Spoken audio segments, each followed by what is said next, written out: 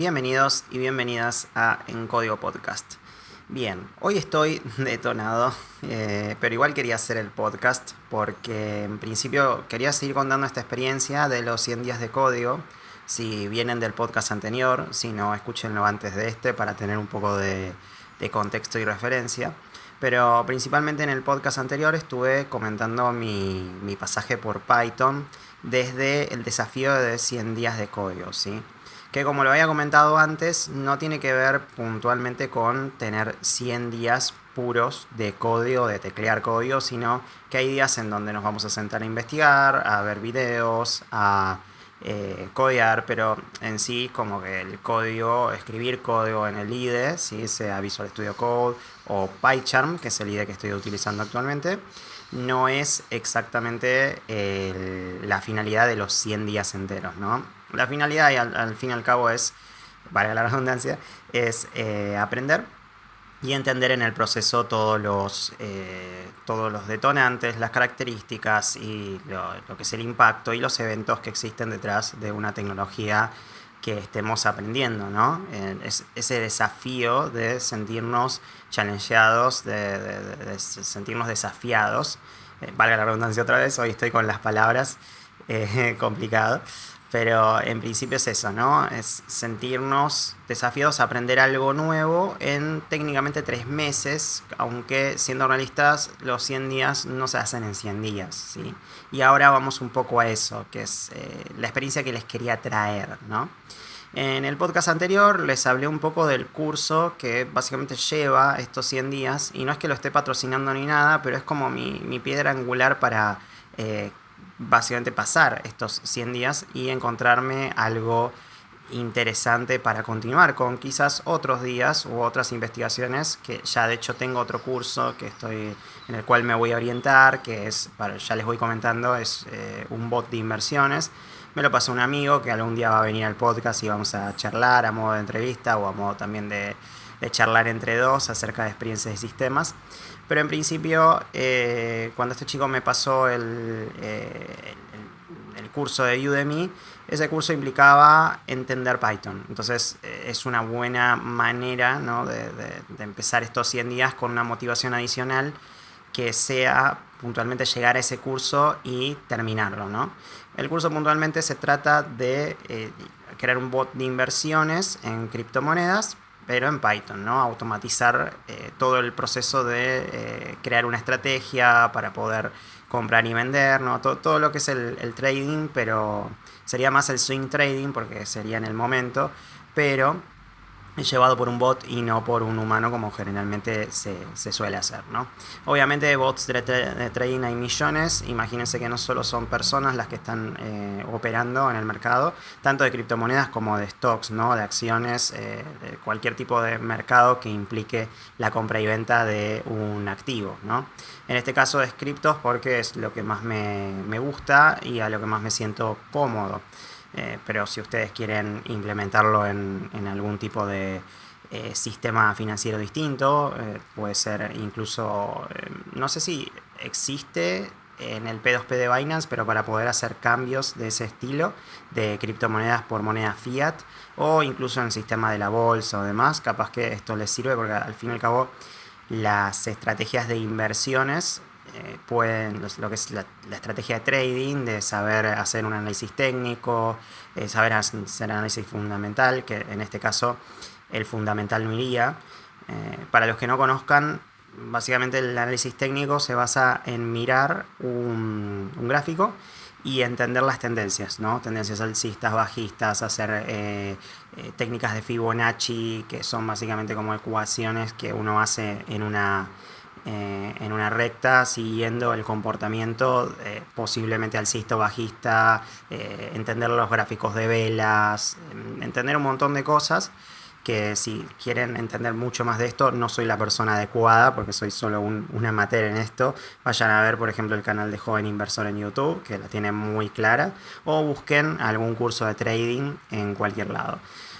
Tengan mucho cuidado con esto porque hay un montón de chantas en lo que es el capacitación de trading que los hacen meter en cosas como Forex sin saber, que es como lo típico, ¿no? Que es básicamente compra y venta de divisas de distinta índole. No conozco tanto Forex porque nunca me metí, pero hay mucha gente que, no sé, te hace videos de mostrándote sus lujos y las cosas que lograron con el trading. De eso se escapen completamente porque son los estafadores, ¿no? de guante blanco. Son la gente que les va a cobrar un curso en dólares, van a hacer el curso y después no van a entender por dónde ir y van a sentir que es culpa de ustedes, y eso es horroroso. Vayan por la gente que capacita, digamos, como pasa con Joven Inversor u otras personas que están como más metidas en el día a día y no son millonarios, viven de esto, pero no les van a mostrar mansiones ni dólares tirados por ahí ni nada por el estilo, que para mí es súper vulgar y no va al caso de el esfuerzo que implica esto y las horas, como se dice, culosilla, espero que YouTube no me desmonetice por eso, pero bueno, las horas culosillo que implica sentarse y entender un arte como puede ser el trading, ¿no? Tampoco se basen mucho en la idea de que hay gente que les va a decir, no, el trading es una timba. No es exactamente una timba, porque no es comprar una acción, una criptomoneda y esperar a que suba o baje y listo. Es mucho más que eso. Hay gente que se maneja así. De hecho, yo con ciertas criptos soy bastante más pasivo, en el sentido de que, por ejemplo, compro Bitcoin, compré en varias posiciones. Las posiciones son básicamente las compras, ¿no? Y cuando uno compra en este estilo con esta forma, intenta hacer holding, ¿no? Que es básicamente mantener la cripto hasta que suba a un valor en que consideren venderla, o no venderla hasta dentro de mucho tiempo, que es algo que se suele hacer con Bitcoin, ¿no? Entonces, eso es como una inversión pasiva, ¿no? Porque básicamente la metemos, por ejemplo, en sistemas de staking, y eso es como un plazo fijo, ¿sí? O sea, básicamente va generando día a día, mes a mes, va generando una inversión, y esa inversión funciona como un interés compuesto. Entonces todos los intereses vuelven a reinvertirse y ahí podemos ir generando cierto interés exponencial. Pero todo esto pensando en no comprar y vender en el momento, ¿no? Eso es una estrategia que yo suelo usar, ¿no? Entonces compro una cripto como puede ser Bitcoin, no hago swing trading, no la vendo apenas vea un valor mayor, y esto es básicamente el swing trading, es vender en el momento, estando consciente de cada paso en el mercado, a nivel de como vender por hora o vender cada 5 minutos, que es un poco lo que quiero que haga el bot. Entonces, en principio, todos estos manejos de las criptos que yo tengo son de inversiones pasivas, y el swing trading lo voy a dejar más para el lado de los bots de inversión. Pero bueno, sin irme mucho de tema, ¿no? Estábamos hablando de lo que eran las inversiones pasivas. Esto creo que voy a partir este podcast en dos, porque empecé a meter con este tema y el tema inicial era los 100 días de Python. Pero bueno, entiéndanme que esto también es importante para el objetivo, ¿no? De esos 100 días. Y además ustedes también aprenden un poquito de inversiones de este humilde servidor.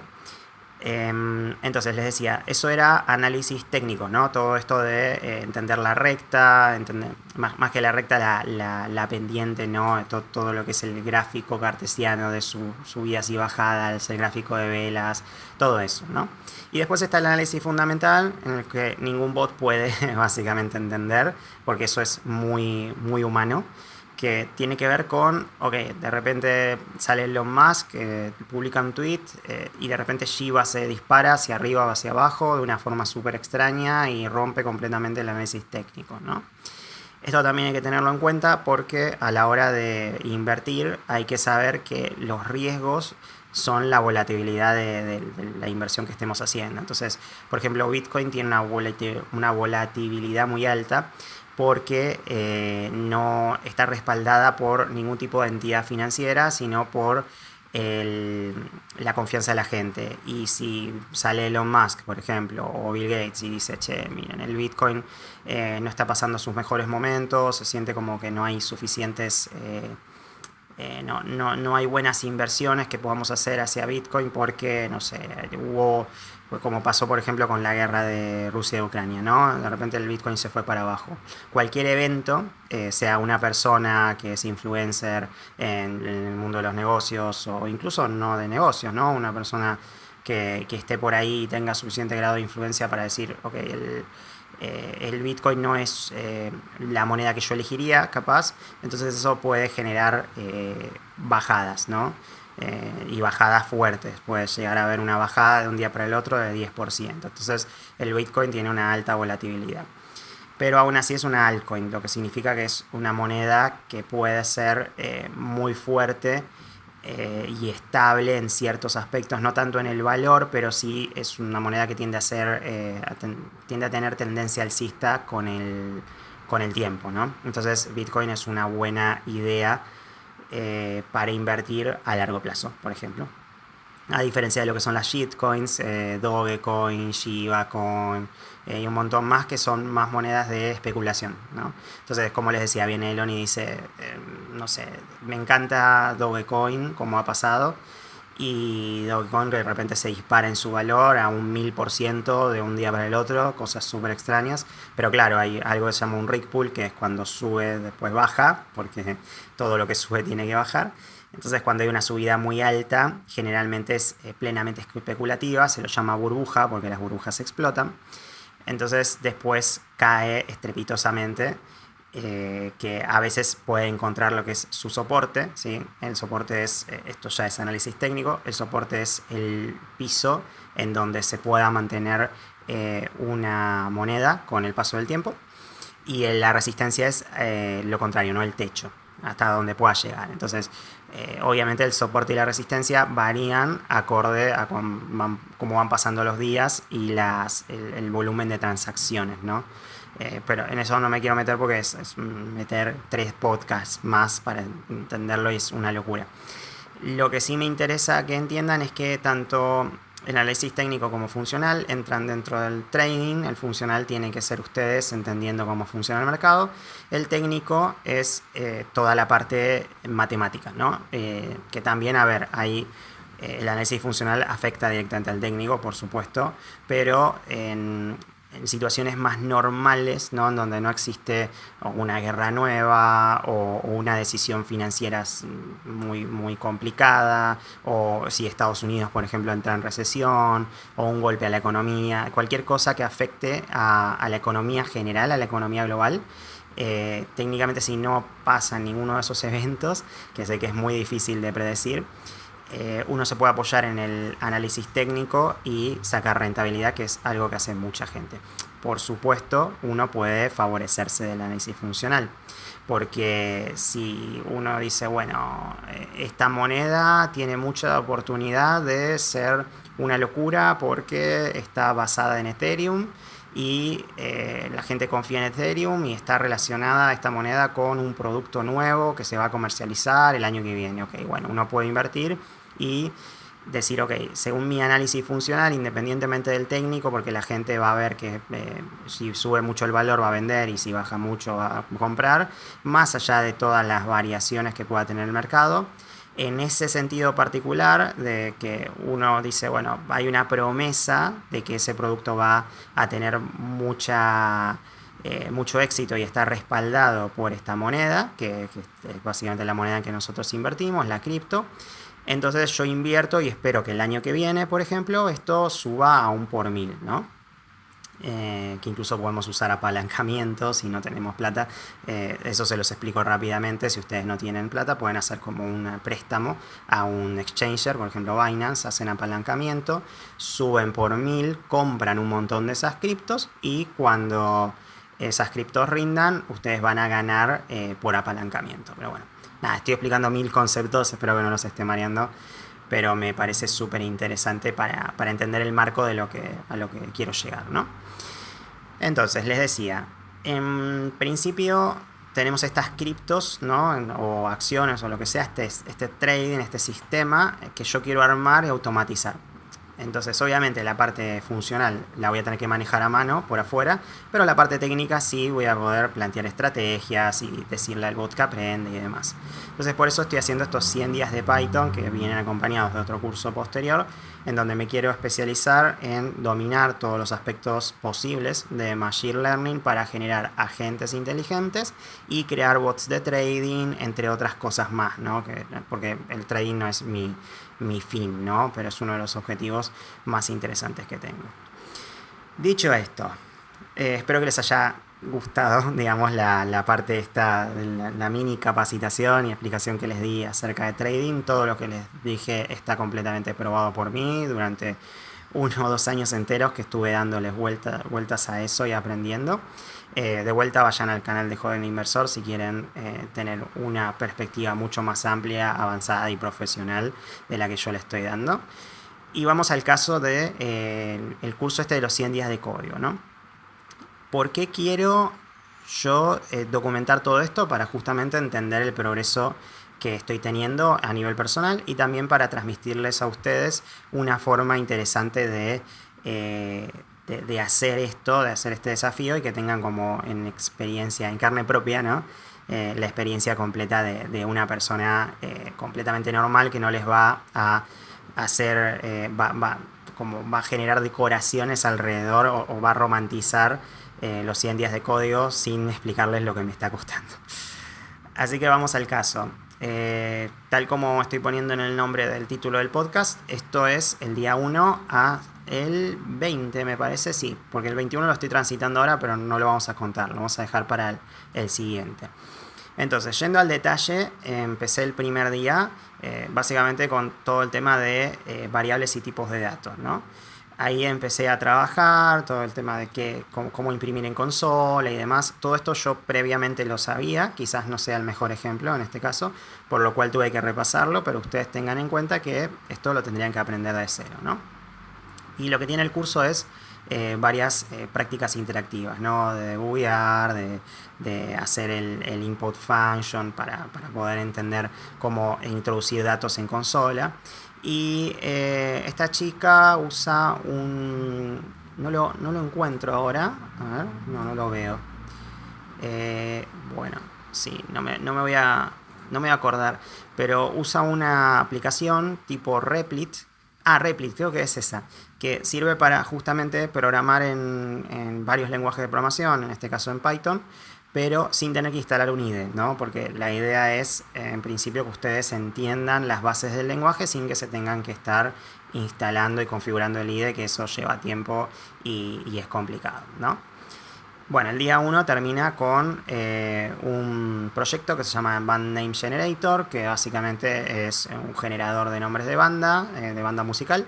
Muy sencillito, lo que hace es concatenar strings, almacenar datos en variables y trabajar con los input functions para recibir nuestra información y jugar con eso, ¿no? Entonces está bueno el primer día para poder tener una visión general de todo eso. El segundo día es los tipos de datos. Ya recuerdan que les comenté que el primer día es variables y tipos de datos, pero en realidad solo se ve strings. Entonces, nada, el segundo día es ya trabajar sobre los strings, pero a un nivel más específico, ¿no? El tema de cómo se concatenan, cómo se pueden medir el tamaño de un string, operaciones matemáticas, por lo cual no solo se ven strings, sino que se ven todo lo que es enteros, flotantes y demás, pero muy por arriba, ¿sí? Y también está el tema de los f-strings, que es esto de que puedas escribir variables dentro de una cadena de strings sin tener que estar concatenándolos con más, que está buenísimo eso. Después hay un par de ejercicios muy sencillitos, como por ejemplo el Tip Calculator, que es el calculador de propinas, porque ustedes ya en esta altura saben todos los operadores de suma, resta, multiplicación y división, y como ya vienen del día anterior entendiendo todo lo que es el input, y acá en este día aprenden a castear, o sea, básicamente cambiar tipos de datos, ahí ya pueden trabajar con eso. Perfecto. Después pasan a control de flujo y operadores lógicos. Acá se ve todo lo que viene siendo eh, todo el tema de condicionales. Y bueno, por ejemplo, la parte de introducir el módulo, que es uno de los operadores que se enseña al final, para saber si un número es par o impar, es uno de los ejercicios. Por supuesto, el módulo se usa para muchas más cosas. Y en lo que son los operadores lógicos del día 3 se ven el if, el else y el elif, me parece. Pero no mucho más, ¿no? Después se vuelve sobre el tema del calculador de BMI, que no sé si lo dije, pero estaba en el día anterior. Y después hay un par de ejercicios muy sencillitos, pero lo importante de este día es que se aprende todo lo que es condicionales y se mezcla con los operadores, ¿no? En el día 4 se trabaja con el tema de randomización, de aleatoriedad, palabra difícil, que es el tema del módulo de random y todas estas cositas para poder elegir de un número, por ejemplo, de 0 a 10 y que sea aleatorio. Y también se ven las listas en Python, porque justamente está bueno enseñar el módulo de random con listas, porque random tiene un método que se llama choice para elegir automáticamente cualquier elemento de una lista sin que tengamos que estar generando. Por ejemplo, hay otro método de random que se llama randint, que te devuelve un número entero entre un rango de valores. Entonces, en vez de estar haciendo un randint del size de la lista, directamente hay una función choice que automáticamente elige el elemento de la lista sin que tengamos que hacer ese proceso. Entonces, en principio está bueno. Y después al final estoy como omitiendo varios ejercicios, pues son varios, pero estoy mostrando, entre comillas, estoy comentándoles los ejercicios que más me parecen interesantes. Uno termina haciendo el de rock, paper, scissors. Estoy leyendo y a la vez estoy pensando, por eso se me estoy trabando. Mil disculpas, aparte con 20 días metidos tengo la cabeza quemadísima, así que sepan disculpar. Pero bueno, ustedes querían el proceso, así que acá está. Bien, rock, paper, scissors es piedra, papel o tijera, que es básicamente eso, ¿no? Un juego en donde la máquina elige al azar piedra, papel o tijera, o sea, entre las tres opciones, y nosotros elegimos una de las tres. Entonces uno puede jugar y hay un sistema de puntaje muy sencillito y todo en consola. Lo interesante de esto es que tanto la piedra como el papel como la tijera son caracteres ASCII. No se llaman así. No me acuerdo cómo es. Es arte ASCII, que es básicamente todo esto que se usaba en el pasado para poder hacer como gráficos en la consola sin tener que usar un gráfico, bueno, no se podía, ¿no? Bien, después viene el día 5 que se ven los bucles, ¿no? Ahí se ve toda la parte de lo que es un bucle while. Pero no me acuerdo si se veía. Bueno, se ve range para justamente establecer una iteración entre varios valores. Y si mal recuerdo, también se ve for. Pero bueno, en principio aprendieron listas en Python en el anterior para poder llegar a este, ¿no?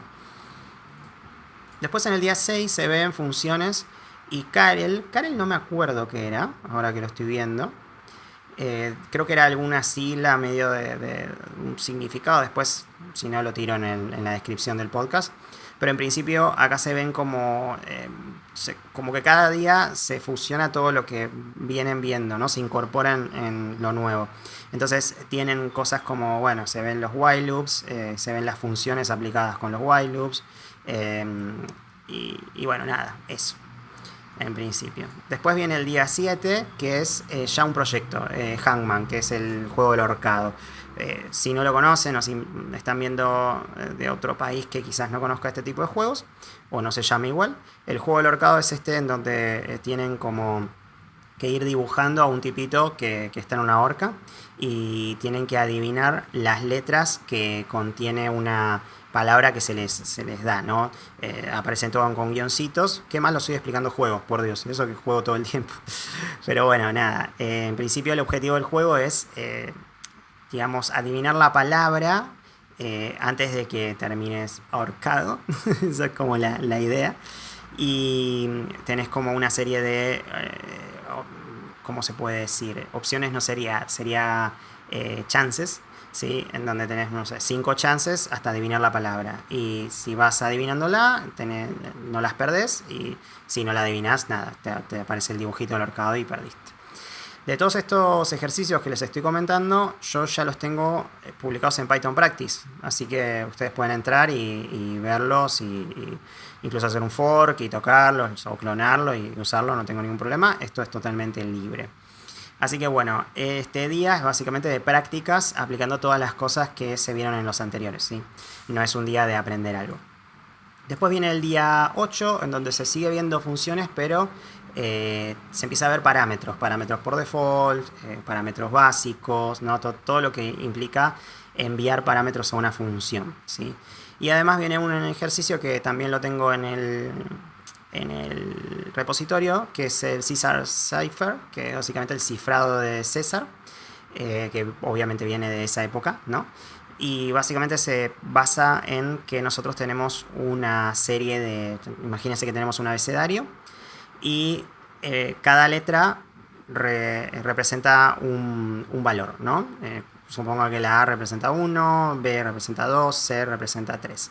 Entonces, lo que se aplica es un shift, que es básicamente un corrimiento, en donde si nosotros, por ejemplo, corremos imagínense que ponemos como otro abecedario abajo y corremos el valor a 1, ¿sí? O a 2, entonces la B pasa a ser la A, la C pasa a ser la B, ¿me entienden? Entonces, básicamente de esa manera terminamos como teniendo un mensaje encriptado por un corrimiento de valores. Entonces, un poco ese es el ejercicio que implica el día 8. Está bastante bueno, es un poquito quebradero de cabeza en la parte de estar moviendo los arrays, pero es súper interesante para entender un poquito de criptografía también, ¿no?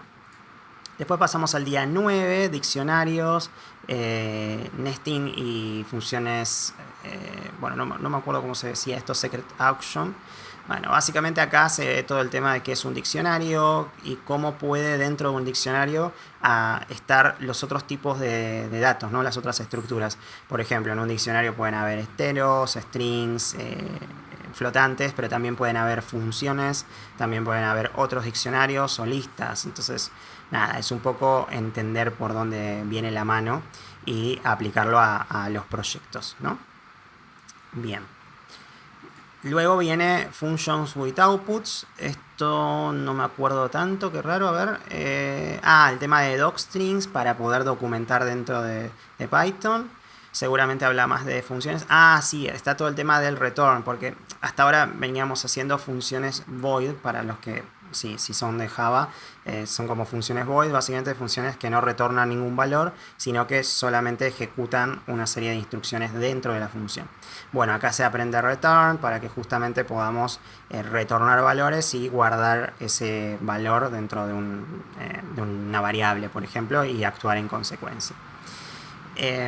También creo que se explica el break en el while y un par de cosas más. Lo que pasa que a medida que yo iba haciendo los ejercicios, como yo ya tenía conocimientos de lo que era conocimientos de Python, porque yo ya vengo con Python hace unos años, muchas cosas como que las modifiqué a mi gusto, ¿no? Entonces la chica explica ciertos métodos de cómo se puede armar una determinada función y yo usaba otros.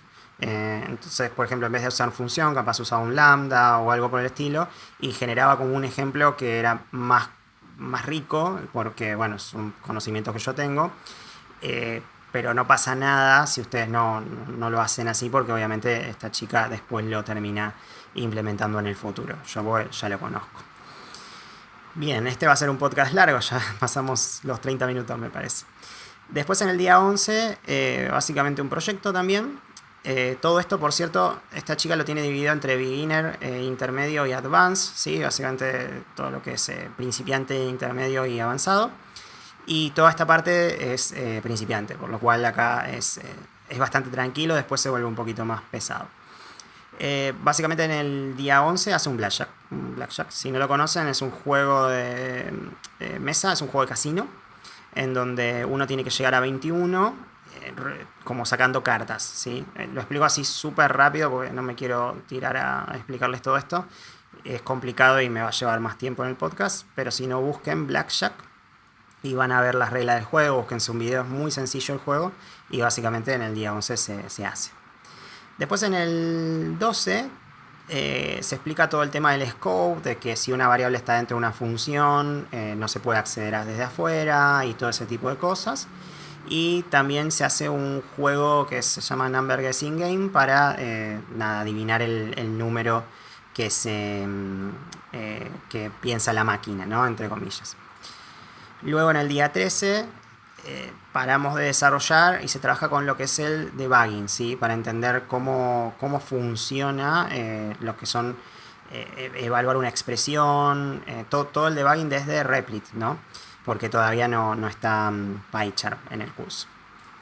En el día 14, un juego, High Lower Game Project, parecido a ese juego de Number Guessing Game, pero acá como que tenemos básicamente una serie de valores en el cual nosotros decimos, bueno, el número es más alto y la máquina responde no, sí, no, y ahí vamos adivinándolo.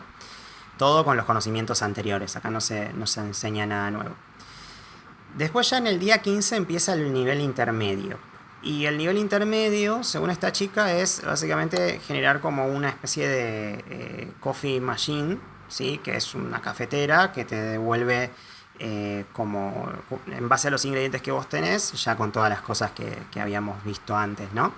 Te devuelve un café en base a si tenés dinero y si tenés los ingredientes suficientes dentro de la máquina. Y paralelamente te enseña a instalar PyCharm, tanto en Windows, Mac como algo más, no sé si en Linux o alguna más. Después en el día 16 empieza todo el tema del concepto de programación orientada a objetos, pero tranqui, ¿no? Que es una clase, que es un objeto, no cae en los principios, pues eso lo enseña después. Y básicamente sigue con la Coffee Machine. Después en el día 17 más acerca de programación orientada a objetos. Acá ya empieza a hablar de los constructores y creo que, bueno, hace una trivia, no me acuerdo bien, pero bueno, hace un par de cosas, proyectos así de PO. En el día 18 es interesante porque empieza con el tema de Graphical User Interface, GUI, y usa una librería que está dentro de Python que se llama Turtle, que sirve para justamente dibujar cosas en pantalla. Entonces te enseña Turtle, te enseña un poco cómo funciona, cómo se dibuja, cómo cambia de color, cómo cambia la forma, y todo eso obviamente con los conocimientos anteriores de programación orientada a objetos. Después pasamos al día 19, en donde seguimos con Turtle y hace un proyecto que se llama Etch a Sketch, que básicamente es, no sé si se acuerdan esos juegos que teníamos de chicos, que vos tenías no sé cómo explicarlo, es muy difícil, pero uno podía dibujar con dos perillas que iba moviendo y eso se movía en los ejes de X e Y, ¿no? O sea, arriba, abajo, izquierda, derecha, y uno iba como moviendo esas perillas y ibas como generando un dibujo y después tenías como una barrita que la pasabas y se limpiaba todo, ¿no? Eso funcionaba con presión.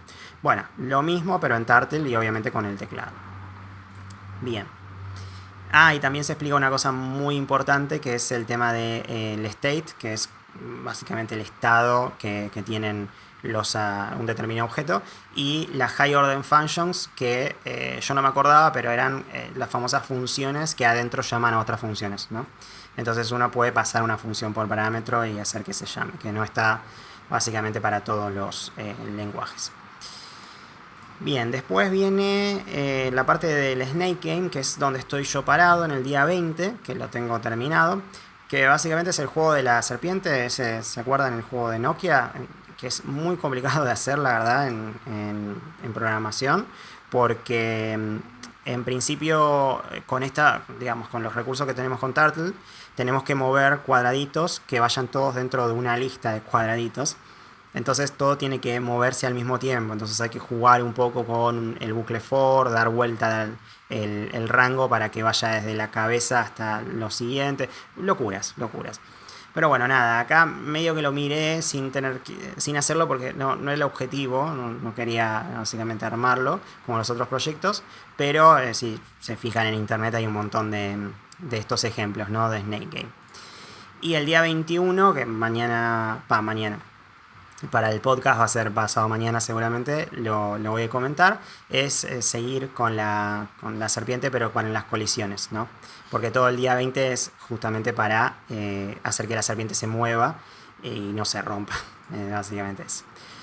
Así que bueno, estos fueron los 20 días de código que llevo. Técnicamente es el primer cuarto, si no estoy haciendo, o el primer tercio, no sé cómo decirlo. Pero bueno, la primera parte de estos 100 días, y ya les voy comentando, las sensaciones que tengo no se puede hacer todos los días, es una locura. Vengo haciendo 1 o 2 días por día, pero me estoy enfermando, es durísimo, porque bueno, la cabeza necesita descansar y no le estoy dando mucho descanso, con la ansiedad de querer llegar. Pero también me interesaba hacer este podcast para, en primer lugar, que ustedes tengan toda esta perspectiva, y veo que el primer capítulo está teniendo mucho éxito, porque mucha gente lo está consumiendo. Y a la vez también para yo hacer como un descargo, ¿no? De todas esas cosas que tengo en la cabeza, porque si uno no lo lleva a un podcast, o lo escribe, o encuentra una manera, ¿no? de llevarlo a este tipo de escenarios, uno se le queda en la cabeza y te explota la cabeza. Esa es la realidad. Así que bueno, muchísimas gracias por escuchar este episodio, si lo escucharon entero. Y nos estamos viendo en los siguientes, donde voy a seguir comentándoles todos mis 100 días de Python.